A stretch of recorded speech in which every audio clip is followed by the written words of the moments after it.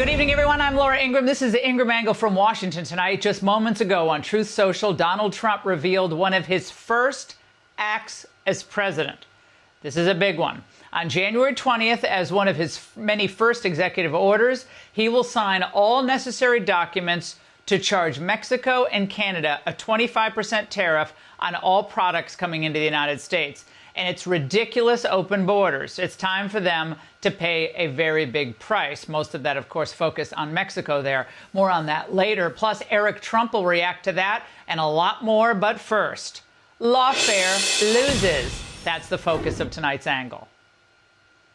Well, he came in very hot against Trump. Good evening. Today, an indictment was unsealed, charging Donald J. Trump with conspiring to defraud the United States, conspiring to disenfranchise voters, and conspiring and attempting to obstruct an official proceeding. The attack on our nation's capital on January 6, 2021, was an unprecedented assault on the seat of American democracy. So sanctimonious, but it turns out the unprecedented assault on our democracy was committed not by Donald Trump, but by the legal henchmen like Jack Smith and their political and media backers. Now, today, Smith was compelled to file motions to dismiss his cases against Trump, one of which was promptly granted by D.C. District Judge Tanya Chutkan. Now, this is obviously a huge victory for President-elect Trump, but Smith and his allies tried their best to frame the result as not based on the merits, but simply compelled by longstanding policy. This has nothing to do with the strength of the case. This simply has to do with the verdict, essentially, that voters gave. Under Justice Department policy, longstanding Justice Department policy, the department is not allowed to prosecute a president, a sitting president. That shield, essentially, also applies to him as a elected president, as the president-elect. Now, when the news came out, Donald Trump posted on Truth Social that the cases were empty and lawless and should never have been brought.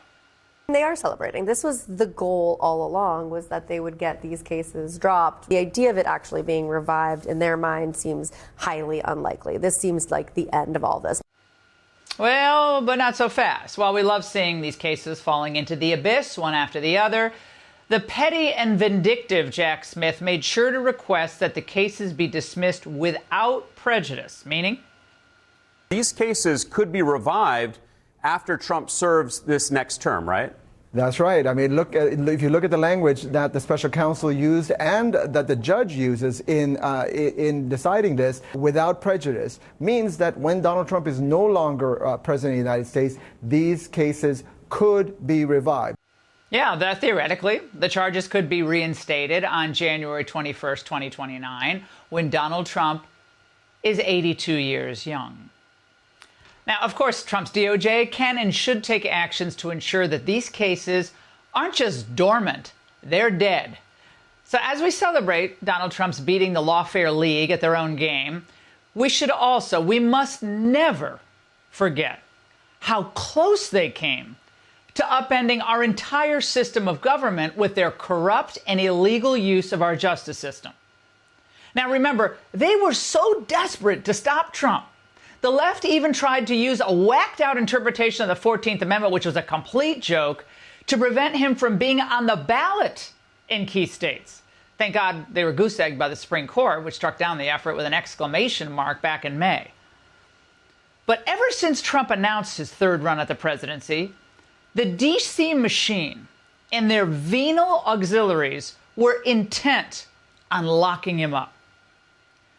They're like jackals circling a wounded lion. The search of Mar-a-Lago. It just sends the message that there is no person in this country who's above the law. What we are seeing here is exactly what should be done. We need to recognize and praise Merrick Garland for following the rule of law. The message that it sends is really important, that even the former president of the United States can be held accountable and should be and will be. And Trump's aides and allies were forced to spend hundreds of thousands of dollars in legal fees. People's lives were turned upside down. Then it was, who will turn on Trump first? Who'll take a plea deal and give up the goods? All this speculating was so stupid. Then let's not forget following his motorcade in Manhattan to the courthouse. What about fingerprints? What about the mugshot?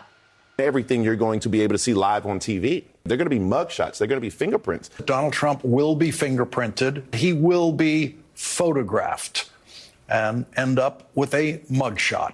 A picture that will live in infamy. The first mugshot of an American president splashed across the front pages this morning. Of course, he turned that into a huge coup for himself because he's smarter than they are. Of course, what about all the taxpayer dollars that were spent on these fraudulent cases? We'll never get it back. And we'll never really know how much was spent. Newsweek estimated that, about 50 million or so was spent by just Jack Smith's team. That's an understatement. So what we saw was a serious, concerted effort to use all the resources of the federal government to put Donald Trump in prison for the rest of his life. And it was all because they wanted to prevent you, the people, from having your say. And of course, him from being president. So history is going to remember Jack Smith and Alvin Bragg, Fani Willis, and the judges who let these cases get as far as they did as modern-day Keystone cops who chased Trump around, hounding him, trying to keep him off the campaign trail because they hated his agenda. They hate everything he stands for. So it's a mistake, though, to write them off as all incompetence. Their teams were backed by some of the smartest and toughest, meanest lawyers out there. They worked nights and weekends and through holidays, all to put him behind bars and subvert this election. The only reason Donald Trump is not in jail now is because of you, the voters. And of course, Trump himself. Imagine if Trump wasn't Trump. Forget about it. Most people would have folded like a $20 lawn chair. He fought like his freedom depended on it, but mostly because our freedom depended on it. If Harris had won, this sick weaponization of our justice system would have been validated. At least for now, it's on ice. But despite these setbacks, the Angle does not believe the Democrats have given up on this lawfare strategy. In a statement reacting to the dismissal, Adam Schiff today ripped the system, saying, if Democrats, basically saying that the system itself failed the people, failed to do what it was supposed to do. And I'm telling you, if the Democrats somehow manage to take the House in 2026, and they could, it is highly probable that they will do everything in their power, stay with me here, to impeach Donald Trump again. You think I'm kidding? Well, we'll see. And if Democrats win in 2028, they're just going to resume the case that we're talking about tonight. And they'll probably try to go after Vance as well and anyone else connected to Trump. This is why the DOJ has to be cleaned out. I think Pam Bondi can do it. The Democrats and their never Trump poodles have done enormous damage to these institutions. And they will do it all again. They do not care. There should be, however, consequences where appropriate so that this never happens again. And that's the angle. Hey, Sean Hannity here. Hey, click here to subscribe to Fox News YouTube page and catch our hottest interviews and most compelling analysis. You will not get it anywhere else.